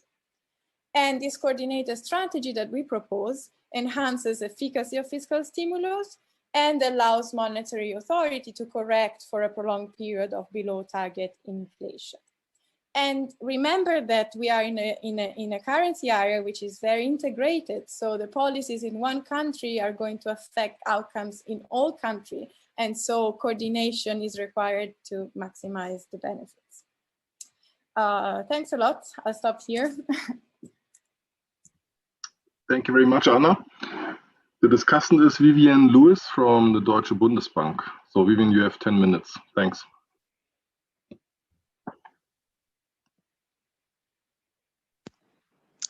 So, hi everyone. Can you see the slides and hear me? Yes, very good. Let me just put this on full screen. How do I do that? Like this. Okay. Okay. Yeah, thanks a lot for the invitation to discuss the paper. It's a very interesting paper. I should emphasize from the start that the views that I'm going to share here are obviously totally mine and have nothing to do with the Bundesbank views. So how can I go down? Yes, like this. Okay, so the key question of the paper is this one here. So which policy mix should the euro area choose after coming out of the pandemic? The current macroeconomic situation is the following. So there's very little room for monetary easing. Interest rates are low. Fiscal space is limited because high public debt levels are high. Then there is the issue of heterogeneity. So public debt ratios vary across countries. And then finally, the COVID policy measures put further strain on the public finances. So the proposed policy mix is what Anna just presented as the emergency budget rule. So Eurobonds are issued at the euro area level, but there's no euro area fiscal adjustment to pay back the debt. Instead, inflation is used as a tool to stabilize euro area debt, while the member governments continue to stabilize their own national debt levels. And this is basically the way to deal with union-wide exceptional, let's say, shocks like the pandemic. So, the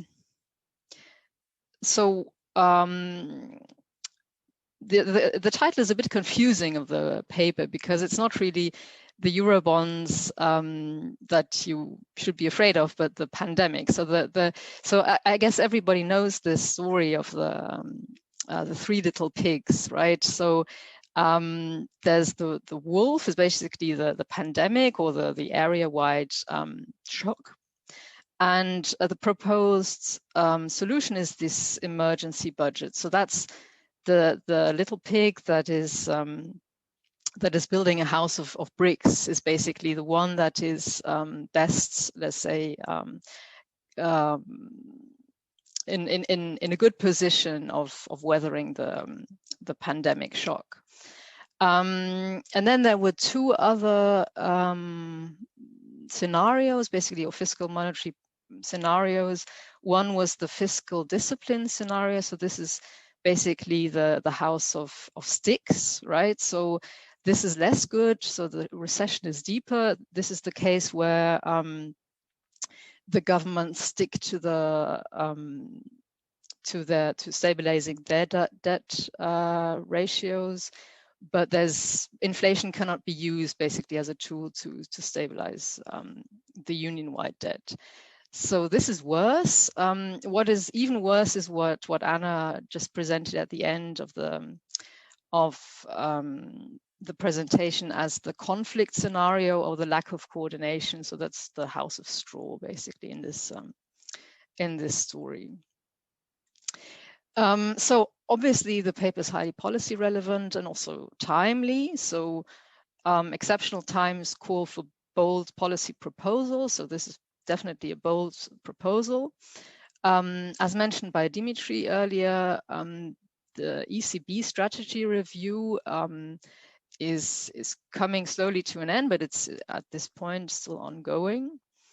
And obviously, any monetary policy strategy should be based on sound theory. So it's definitely a welcome analysis. So what I'm going to talk about is these three topics. So obviously, I'm going to criticize the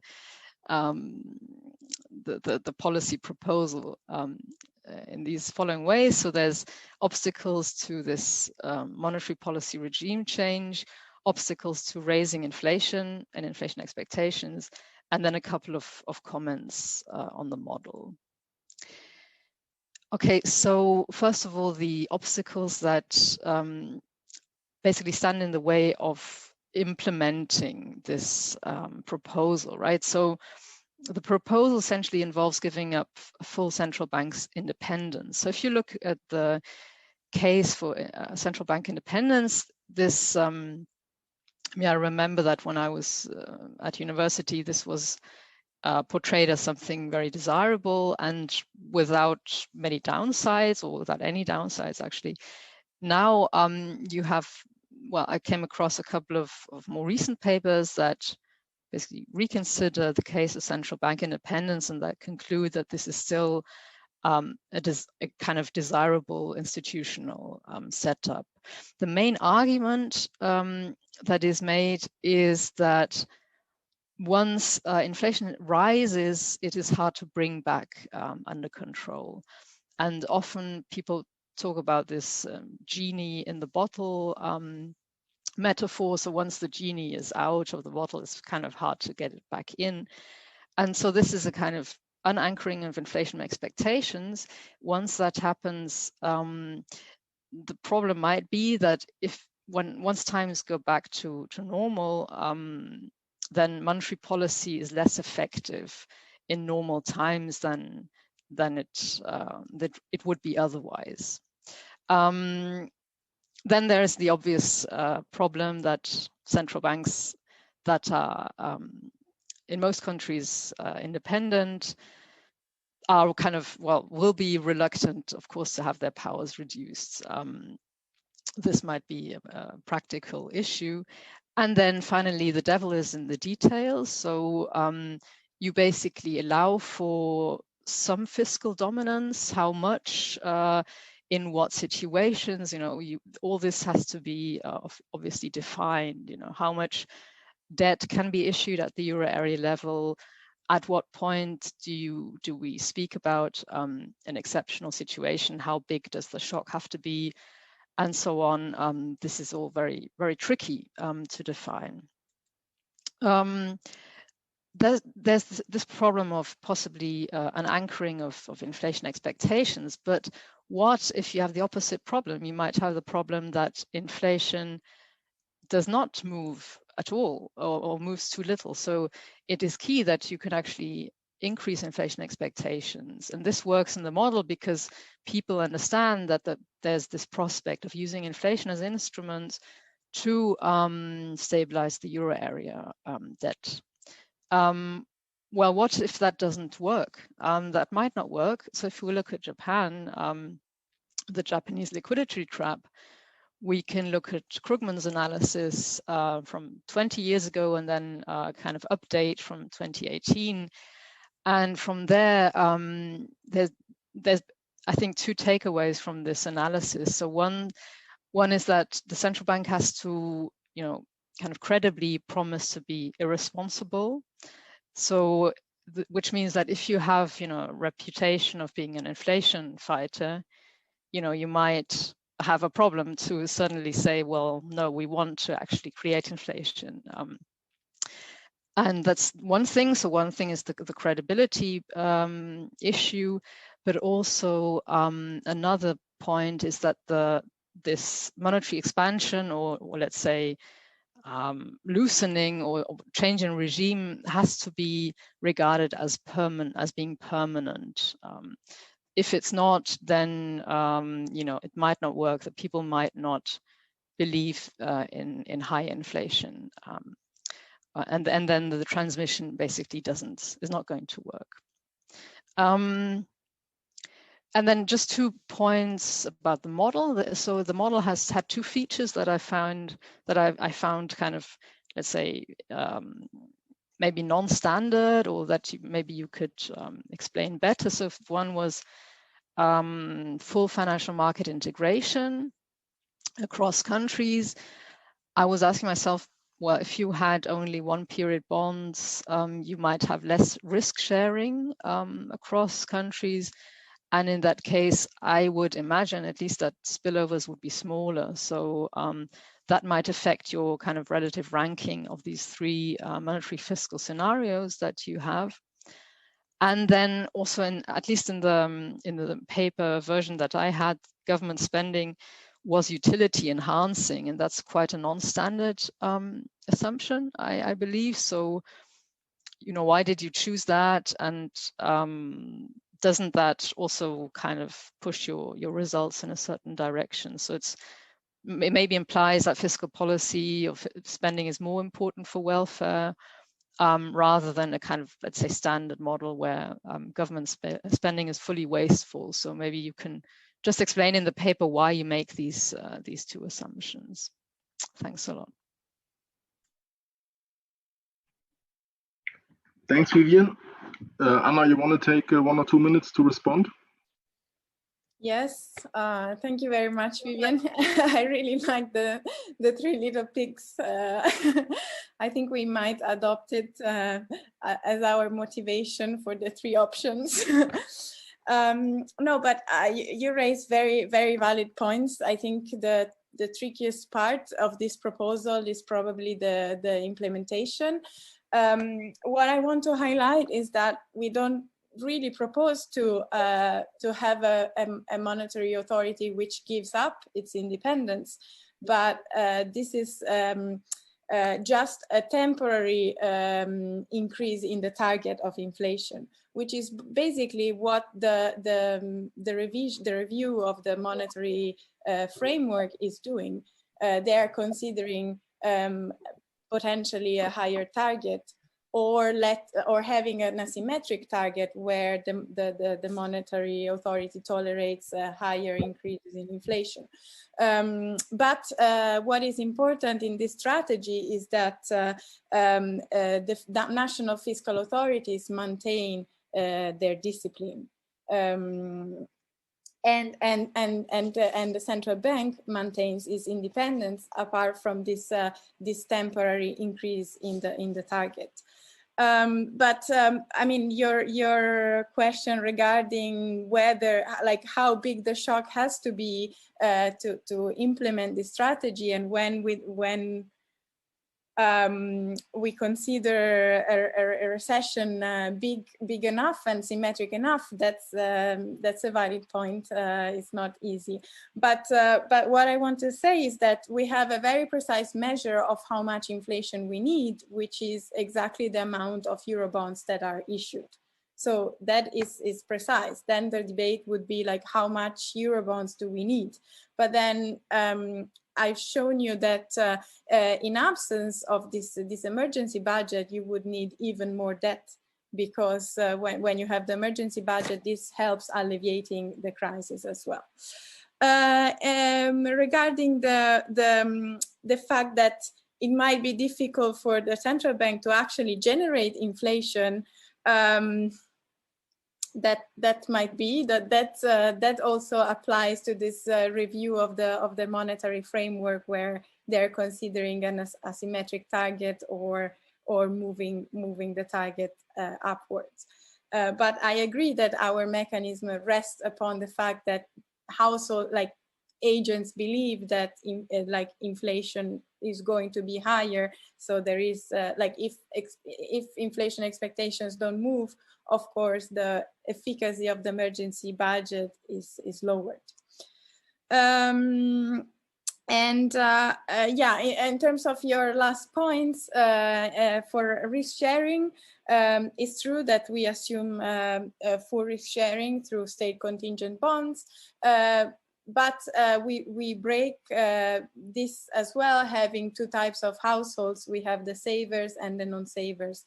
So the non-savers can't save, so they cannot fully share risk. I don't know whether having only one period bond would make our emergency budget mechanism less effective, but I would need to think about this. And then what was the last point after the sharing? No. Why we have government in the government spending into utility? Well, I think what is important to generate a big drag in our model is to have distortionary taxes. Then the fact that we have government in the utility helps making the government spending more effective, but it's not a necessary feature. We could have just wasteful spending, and I think our results would go through. So maybe we would need to specify this in the model. But thanks a lot for all your thoughts. Thanks, Anna. So there's a question by Marco Lombardi from the BIS. Yeah, thanks, Boris, and thanks, Anna. Can you hear me actually? Yes. Okay, great. So thanks, Anna. This is a very nice paper, especially because you really come forward with a precise and well-defined policy proposal instead of the usual fudge of on the one hand and on the other hand. Now, that said, I sort of agree with Vivian that the devil is in the details here. And there's one devilish detail that I would like to draw your attention on. Now, you mentioned at some point that inflation going to 3% is not that bad in the end. It's not a tragedy, right? But that's aggregate euro area inflation. Now, I'm afraid inflation in the low debt country would be substantially higher than in the other country. And as a matter of fact, the low debt country is the one that's more inflation averse than the other. So maybe one thing you could do as an exercise is to, show the composition of inflation across the two countries, and then run a sort of a stylized welfare exercise in which you have different inflation preferences in your two countries, and then you see how much you can vary those preferences to keep your aggregate results valid in terms of the aggregate euro area welfare. Thank you.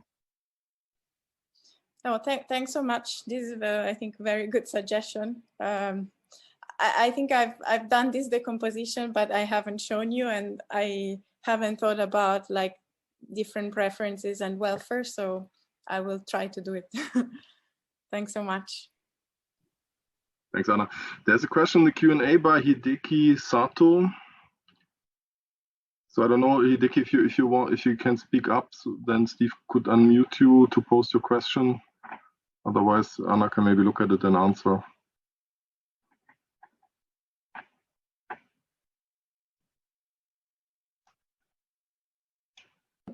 Yeah. So, I mean, instead of looking at Italy and Germany, we could look at France and Germany.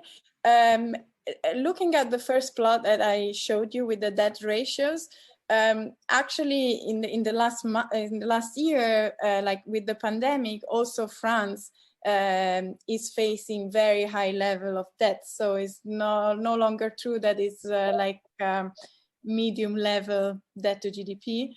But I think in any case, the point we want to make is that the euro area is very integrated from a trade and financial point of view. So the fact that countries have even different levels of debt, even if this difference is not so big, can affect their response, and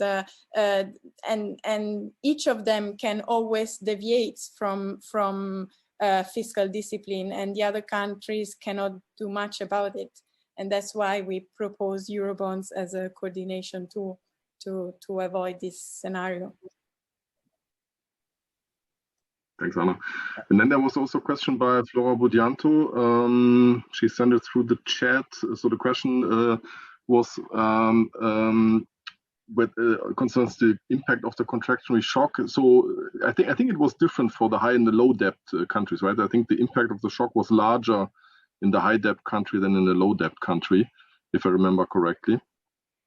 The impact of, no, because I was looking at the question that I see on the chat seems to refer to Paolo's paper. Yeah, sorry, no, there is the Q&A, but there's also the chat. So this is something I was looking at the wrong. Yeah, so the question was whether the impact of the shock was different for the high and low debt countries. I think I remember it was. Right, so there was larger. So the impact is different, but the shock is the same. So the shock is the same, is the same size, and it affects both countries at the same time. But the two countries start from a different level of debt ratio, and that is what affects the dynamics. And could you just maybe to conclude that, so what's the mechanism that amplifies the impact of the shock through the debt? We have distortionary taxes, and so because the national fiscal authorities stabilize debt, in order to stabilize a bigger amount of debt to GDP, the high debt country has to increase taxes more or decrease government spending and transfers more than the low debt country. And so this is more distortionary and generates a bigger drag in the economy. And so the output in the high debt country contracts more because it already starts with high debt, and then the shock even increases this further. But then because of the stabilization the attempt, the drag is even bigger, and that to GDP increases even more. So it's like kind of a spiral. So that's the mechanism. Okay, thanks, Anna. So I think we are actually already running a little bit over time. So I suggest we close the session. So let me thank all the presenters and for all the discussants for their great contributions to the session. I think we had really great presentations and great discussions. And also thanks to all the attendees for joining the session. So thanks everybody. All the best. Bye-bye. Thank you. Thank you. Thanks. Bye, everybody. Bye. Thanks, everyone. Vivian, would you mind sending me the slides? Sure. Yeah. I spent a lot of time looking for the for the pictures. Thanks so much. Yeah. I mean, very nice title. Very intriguing. Yeah. I would think about whether to change it or not to make it more targeted. Yeah. Okay. Yeah. But sure. Thank you. Okay. Bye-bye. All the best. Bye.